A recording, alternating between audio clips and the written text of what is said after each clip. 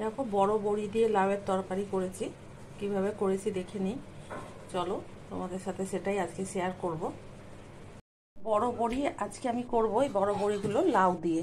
তার জন্য লাউটা কেটে নিয়েছি, কেটে নিয়ে এটা প্রেসারে কিচ্ছু দিইনি, শুধুমাত্র জলও দিইনি, শুধুমাত্র একটু নুন আর কাঁচা লঙ্কা দিয়ে সেদ্ধ করে নেব। লাউ জাস্ট সিটি পড়ার আগেই আমি নামিয়ে দিয়েছি, শোঁ করে উঠেছে।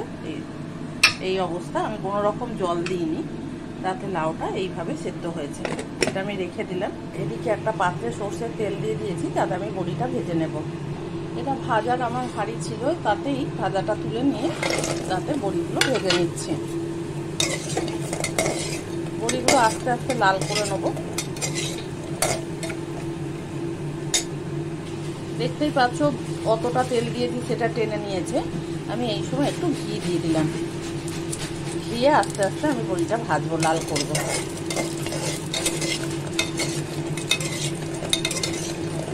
আমার কিন্তু আঁচ কমানো আছে।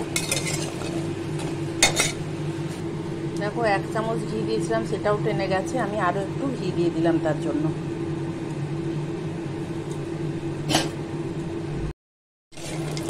দেখো লাল হয়ে এসছে, আর বাড়তি ঘিটুকু যেটা পরে দিলাম সেটা কিন্তু রয়ে গেছে। এটা যতটা বড়ি যতটা টানার ততটাই টানবে, বাকিটা দেখো রয়ে গেল। এটা কিন্তু আর টানেনি। ওই ঘি আর তেল মেশানো তেলটাতেই আমি গোটা জিরে, তেজপাতা, একটা তেজপাতাকে ছিঁড়ে দুখানা করেছি, আর 2টো শুকনো লঙ্কা তেলে দিয়ে দিলাম। ফোড়নের গন্ধ বেরোতেই তাতে 2টো পেঁয়াজ আছে মাঝারি সাইজে, আর 2টো কাঁচা লঙ্কা আছে, সেটা আমি আধ ভাঙা করে নিয়েছি। দেখতেই পাচ্ছ পেঁয়াজটা সব হয়নি, কিছুটা হয়েছে কিছুটা হয়নি, তো তাতে কোনো অসুবিধা নেই। মিক্সিটা আমি একবার খালি হালকা করে ঘুরিয়েছি।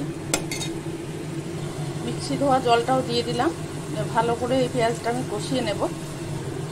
এর মধ্যে অ্যাড করে দিলাম আদা রসুনের পেস্ট, আর অ্যাড করে দিলাম নুন, হলুদ, জিরে, ধনে। আমি কোনো লাল লঙ্কা, গুঁড়ো লাল লঙ্কা দিচ্ছি না। মশলাটাকে আমি খুব ভালো করে কষিয়ে নেব। প্রেসার কুকার খালি করে নিলাম, একটা পাত্রে আমি লাউ সেদ্ধটা ঢেলে নিলাম। এবার এর মধ্যে আমি বড়ি আর মশলা কষানোটা ঢেলে দেব। তবে তার আগে একটু গরম ফুটিয়ে নেব, যেহেতু বড়িটা গরম জলের মধ্যেই ঢালবো, তাই একটু জল দিলাম প্রেসার কুকারটায়। আর এদিকে বড়িগুলোই মশলার সাথে আমি 2-4 বার কষিয়ে নেব।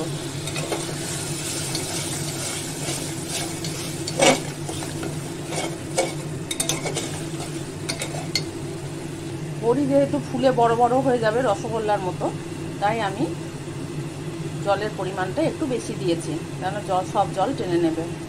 দেখো জল ফুটে গেছে, এর মধ্যে আমি বড়িটা দিয়ে দেব। এর মধ্যে আমি বড়িটা দিয়ে দিলাম, দিয়ে আমি প্রেসারটা ঢেকে দিয়ে জাস্ট সিটিটা ওঠার আগে বন্ধ করে দেব। আর লাউটা আমি ওই মশলার হাঁড়িটায় ঢেলে দিলাম। দেখতেই পাচ্ছ সিটি পড়ার আগের অবস্থা। এই সময় আমি গ্যাসটা বন্ধ করে দিলাম। আর এদিকে ছোট গ্যাসে এটা লাউটা আমি ভালো করে মশলার হাঁড়িটাতে আর একবার ফুটিয়ে নেব।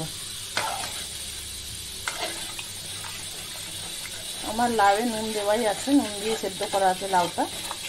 ভালো করে ঘেঁটে দেবো। পুরো ক্যাতক্যাতে সেদ্ধ কিন্তু হয়নি, কারণ লাউটাও আমি সিটি দেবার আগে বন্ধ করে দিয়েছিলাম।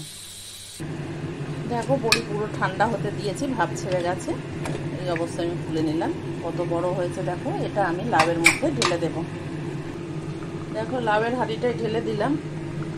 একটু মুখে মুখে হয়ে গেছে, ভালো করে ফুটিয়ে নেব আর নুনটা দেখে নেব।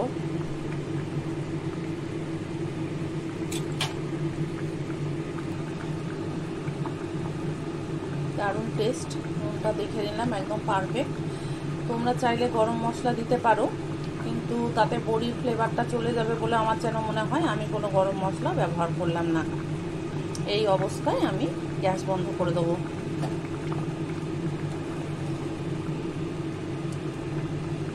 তোমরা চাইলে লাল লঙ্কা দিতে পারো, লাল লঙ্কা মশলা। আমি কাঁচা লঙ্কাতেই রান্নাটা সেরেছি। আর ধনে পাতা থাকলে ধনে পাতা দিয়ে দিতে পারো। আমি এবার গ্যাস বন্ধ করে দেবো। নমস্কার বন্ধুরা, আবার দেখা হবে। দেখো ভাতের সাথে আমি দিয়ে দিচ্ছি।